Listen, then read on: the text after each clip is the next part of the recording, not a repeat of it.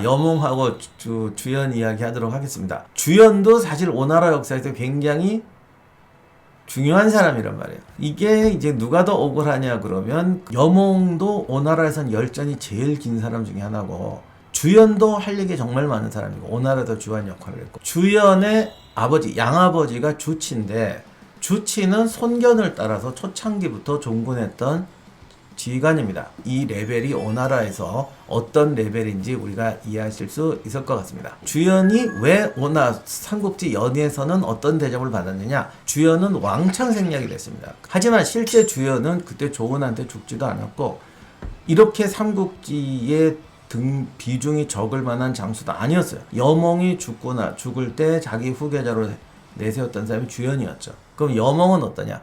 여몽은 사실은 성장 스토리부터 이게 감동적입니다.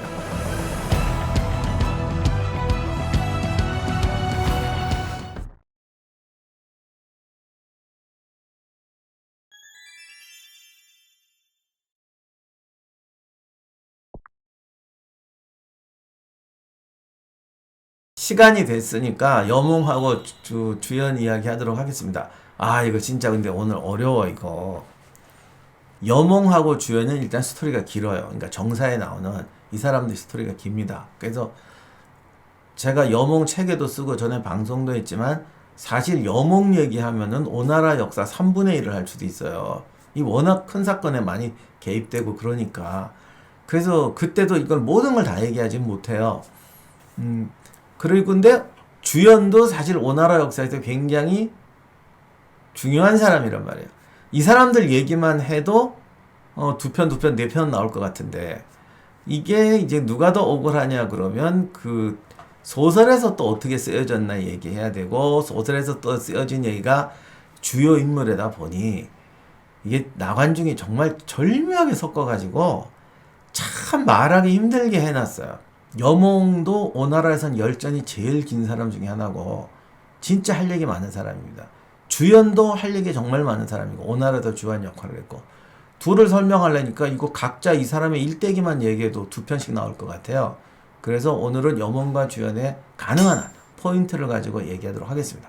그리고 이 영상이 마음에 안 드시는 분들은 끝나고 스트리밍으로 좀 빠진 얘기들 할 테니까 편집본을 보지 마시고 스트리밍본을 봐주시면 되겠습니다. 자, 일단 오늘은 주연부터 하도록 하겠습니다. 삼국지 소설에서 여몽과 주연의 차이는 여몽은 그래도 소설에서 꽤 등장하는데 주연은 왕창 생략이 됐습니다. 그래서 일단 주연의 일대기부터 제가 간단히 좀 소개를 하도록 하겠어요. 주연의 아버지, 양아버지가 주치인데 주치는 손견을 따라서 초창기부터 종군했던 지휘관입니다. 그리고 손견 밑에 있을 때부터 또 손책 때까지도 이게 부하 장술 중에 여러 스타일이 있는데 이 등급이 높은 장수는 어떻게 판정할 수 있냐면 방면군을 맞는 장수냐 그렇지 않느냐는 거예요. 그러니까 싸우다가 저쪽에 도둑 때가 나타나서 야 중대장 네가 가서 해치워 이렇게 가는 거는 독립군단이라고 할 수가 없고 모든 전쟁은 부대가 한 군데로 진격하지 않아요. 그러니까 손책이 중군을 맡아 손견이 중군을 맡아 그러면 좌군, 우군 있어줘야 된단 말이에요. 그랬으면 손책이라고 하면 한쪽 방면군을 맡아주는 건 역시 주유예요.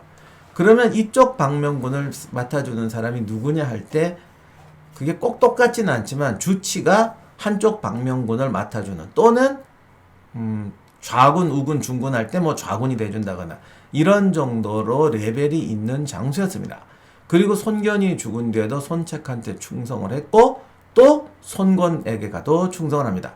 주치는 주유하고 좀 달라서 이 둘이 성은 같은데 전혀 다른 사람 같은데 그 주유는 지난 편에서도 얘기했지만 좀 야심이 있어요. 그래서 이 사람은 언제고 독립 삼국지의 영웅호걸로 갈 수 있을 만한 사람인데 주치는 그렇지 않았던 것 같아요. 이 사람이 자기를 안다고. 예를 들면 조조 부하 중에서도 허저 내가 독립해서 유비처럼 되겠다, 손책처럼 되겠다 이런 생각 아예 안 하잖아. 나는 조조 밑에서 충실한 장군이 되겠다. 여기에 만족한다고. 장합, 장료 이런 사람들. 주치가 그런 사람이었던 것 같아요. 그래서 손권도 잘 섬기고 그래서 손권이 손책의 딸하고 주치의 아들을 결혼시킵니다. 그러니까 손권이 손책과 자기 아들, 딸을 이렇게 결혼시켜서 혼인을 맺은 집안이 주유 집안, 며느리, 사위 다 맞았고, 그 다음에 육손이 또 손책 딸하고 결혼했죠. 주치의 아들이 손책 딸하고 결혼했어요. 주씨 집안, 주유 집안, 육손 집안, 주치 이렇게 보면은 이 레벨이 오나라에서 어떤 레벨인지 우리가 이해하실 수 있을 것 같습니다. 자, 아무튼 그래서 주치가 죽는데 주연은 주치의 아들이 아니고 주치의 누이의 아들입니다. 원래 성은 시씨인데 나중에 아들이 생겼는데 처음엔 아들이 없었나 봐요. 그래서 손책에게 청해서 주연을 양자로 삼습니다. 그러니까 주치는 자기가 자기 레벨을 알고 있는데 내 후손이 이게 아직 없어. 그래서 쟤를 내 양자로 삼아야겠다고 할 정도면 주연이 어느 정도의 인재였는가를 알 수가 있겠죠. 그래서 오나라 표준 코스로 군 다스리고 산홀 쪽 토벌하고 뭐 도적대 토벌하면서 실전 능력과 통치 능력을 테스트한 다음에 이제 메인 전장에 투입이 됩니다. 주연이 오나라에서 어떤 활약했냐까지는 제가 설명이 힘든 것 같아요. 시간상. 그러면 주연이 왜 삼국지 연의에서는 어떤 대접을 받았느냐? 왕창 삭제됩니다. 주연이 처음 등장하는 게 관우가 이제 형주를 여몽하고 육수한테 당해서 빼앗기고 맥성에 갔다가 맥성을 소설에서는 이제 맥성에다 일부 병력만 200명인가 데리고 이제 촉으로 탈출하기 위해서 필사의 탈출극을 할 때 추격하는 장수로 이제 주연이 등장합니다. 여기서 아마 처음 등장하는 것 같아요. 그래서 관우가 한 200명 거느리고 관평, 조로 이런 애들하고 가는데 갑자기 매복했던 장수가 탁 나타나죠. 이때 주연이 처음 나타나는 게 주연입니다.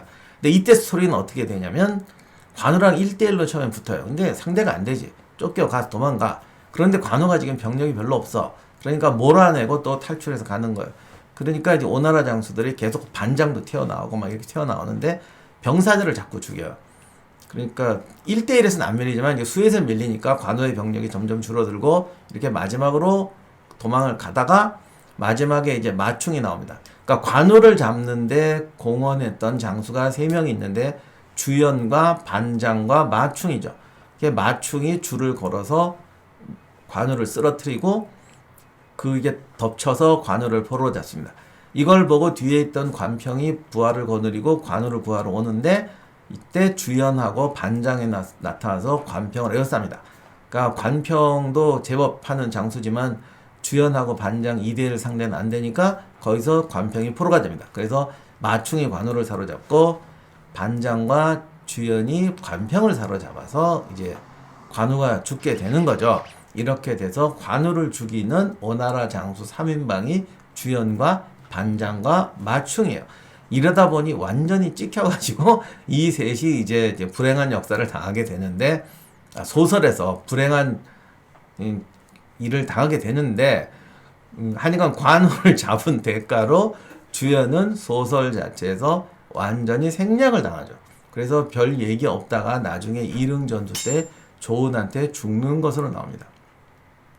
하지만 실제 주연은 그때 조은한테 죽지도 않았고 이렇게 삼국지의 비중이 적을 만한 장수도 아니었어요. 아까 말씀드렸듯이 주치의 아들로 손권 집안의 그 육손, 주유 이런 급의 우리식으로 말하면 영의정, 좌의정, 주유가 영의정, 육손이 좌의정이라면 우의정 정도 되는 급의 집안이었고 나중에 이제 여몽, 노숙 이런 사람들이 나타나서 조금 밀리기는 하지만 여몽이 죽을 때 자기 후계자로 내세웠던 사람이 주연이었죠.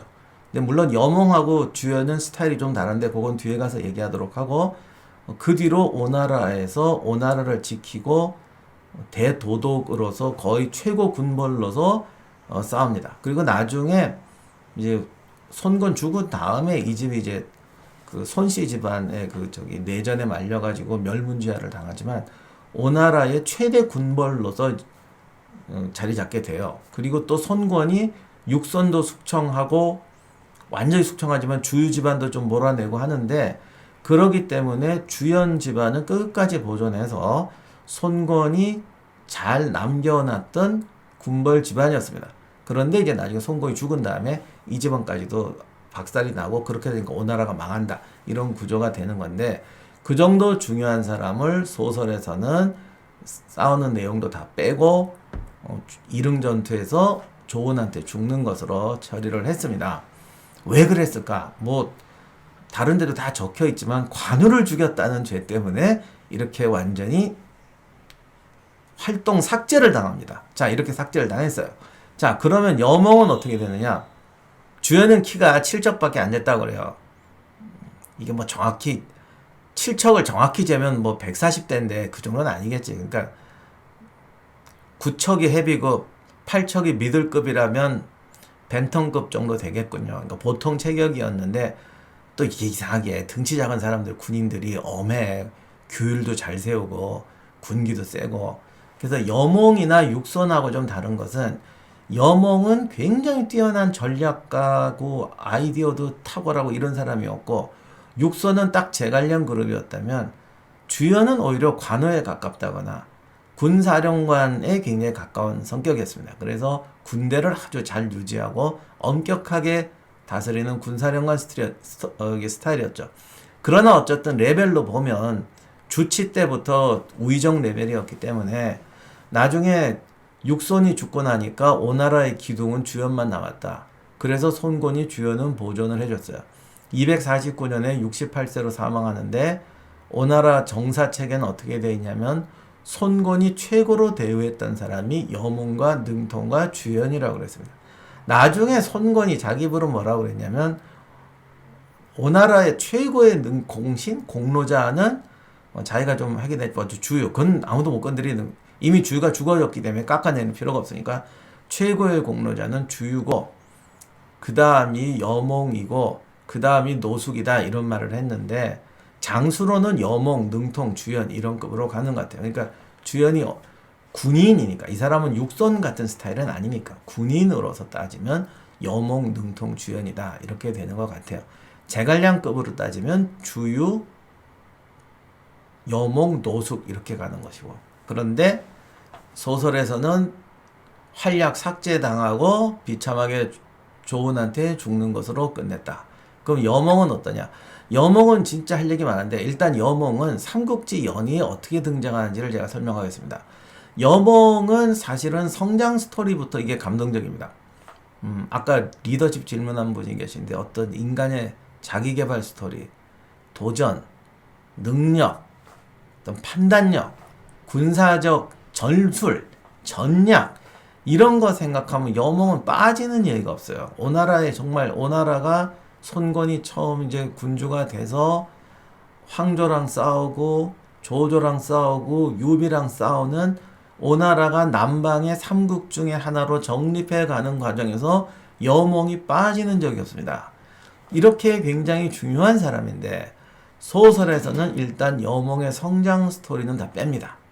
그래서 이렇게 돼 있죠. 손권이 이제 자기가 이제 군주가 돼서 어리잖아. 어린애가 이제 주변의 인재들을 모았다 할 때 뭐 누구도 오고 누구도 오고 누구도 오고 누구도 와서 이제 손권의 뭐 옆을 보좌하게 됐다. 요럴 때 그냥 여몽 이름은 나와요. 그 정도 수준이죠. 그러다가 이제 황조와 싸우게 되면서 손권의 전투 스토리가 나오는데 이 이야기는 너무 길어서 제가 간단하게 하겠어요. 손권이 일단 황조를 깨트려야 유표의 형주하고 싸울 수가 있고 자기가 오나라에서 중소군벌이 아니라 이제 어떤 이 삼국 쟁패전에 뛰어들 수 있는 아직 군웅할고 그룹에서 그래도 톱10에 들어갈 수 있는 세력이 될 수가 있는데 이때 이렇게 자리를 잡으려면 반드시 황조를 깼어야 돼요. 그러니까 아버지 손견의 복수도 중요하지만 일단은 황조를 깨트려야 돼. 여기서 여몽이 정말 중요한 활약을 합니다. 오나라의 성장기마다 정말 중요한 역할을 빠짐없이 합니다. 조연급 스타를 하나 만들어서 걔를 막 키워줘요. 아예 뒤집는 게 쉽지 않거든요. 입지전적인 출세를 했기 때문에 죽을 병에 걸렸기 때문에 사실은 관우를 잡을 수 있었고 관우가 했던 말 이 쥐새끼 같은 놈아 그래서 7구멍의 피를 토하고 죽었다는 건 내 생각에는 어떤 식으로 했냐면 이 삼국지의 이 팩트는 저희가 생각하는 것과 많이 다릅니다. 과연 어떤 것이 다른가? 바로 이 책 속에 있어이다. 삼국지 아저씨 우리 임영환 박사님께서 드디어 전략 삼국지를 쓰셨습니다. 제목부터가 멋있습니다. 전략 삼국지. 근데 이제 혹시 이제 아픈 거 싫어하시는 분들은 조심하셔야 됩니다. 제가 딱 첫 번째 1부의 시작이 정사 삼국지와 소설 삼국지입니다. 예, 여기 팩트 폭행 맞기 싫으신 분들은 조심하는 게 좋을 것 같은데 제가 얘기한 이 부분도 약간 소설이죠? 예. 요거 어떤 책인지 간단하게 말씀해 주신다면. 그러니까 사실 삼국지가 소설로 유명한 바람에 네. 그 진짜 정사에게는 많이 빠졌는데 네. 사실은 정사 삼국지 자체가 굉장히 교훈이 많은 책이고 다이나믹한 책이에요. 네. 그러니까 소설 삼국지도 명나라 때 나온 게 아니라 삼국시대 끝나자마자 수많은 이야기가 만들어진 거를 여기다 편집한 거거든요. 그렇죠. 그래서 삼국지 자체가 역사 자체가 되게 흥미로운 책인데 네. 이게 소설로 넘어가니까 정말 재미난 역사가 다 죽고 수많은 교훈이 죽었어요. 그 다음에 이제 전투 장면은 사실 삼국지 소설의 전투 장면은 맨날 매복, 네. 화공, 모종강이 그랬더라고. 이 수많은 전투 장면을 봐라. 똑같은 게 하나도 없다. 맞는 말이지. 그냥 다 뻥이란 말이야. 하지만 그 뻥 속에서 감동을 찾아낸 우리 아니겠습니까? 감동은 있는데 진실은 교훈은 없어. 진짜 솔직한 얘기로. 네. 그래서 진짜 전투의 교훈은 따로 있어요. 아. 그런데 굉장히 다이나믹하고 훌륭한 전투도 많고 네. 굉장히 역동적인 삶이잖아요. 네. 그래서 정사 속에 있는 교훈들을 뽑아왔습니다. 네. 이런 말이 있습니다. 삼국지를 읽지 않은 사람과는 친구가 되지 마라. 그런데 삼국지를 3번 이상 읽은 사람과는 절대 싸우지 마라. 그게 무슨 뜻이겠습니까? 인생을 살아가는 참 많은 표본이 돼주고 교훈이 돼준다라는 말 아니겠습니까? 그 교훈을 모아서 우리 삼국지에 대한 이야기, 전략 삼국지 쓰셨으니까요. 이거 많이들 좀 사랑해 주셨으면 좋겠습니다.